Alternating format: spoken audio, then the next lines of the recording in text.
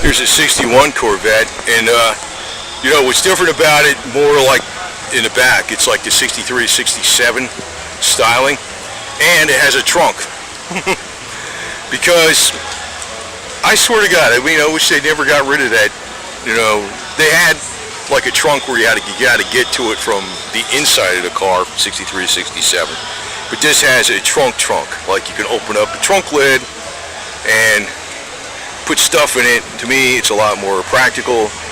See, as I said, like, even back in the 50s to 60s, they're having that trend where they're making stuff screw up, and you just didn't. But when you look back at the 60s car, it's like a breath of fresh air compared to today.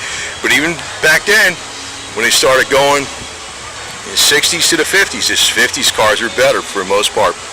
You know, just didn't have as much, you know, an engine department and stuff, and maybe some of the engineering, or maybe like the brakes and disc brakes and all that kind of stuff. But the deal is, they were actually better cars as far as workmanship.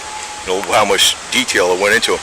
So you would fill it up from the side there, you know, on the 61, 62, and in the 63 you'd fill it up over here, and you wouldn't have the trunk. But the trunk is better to have.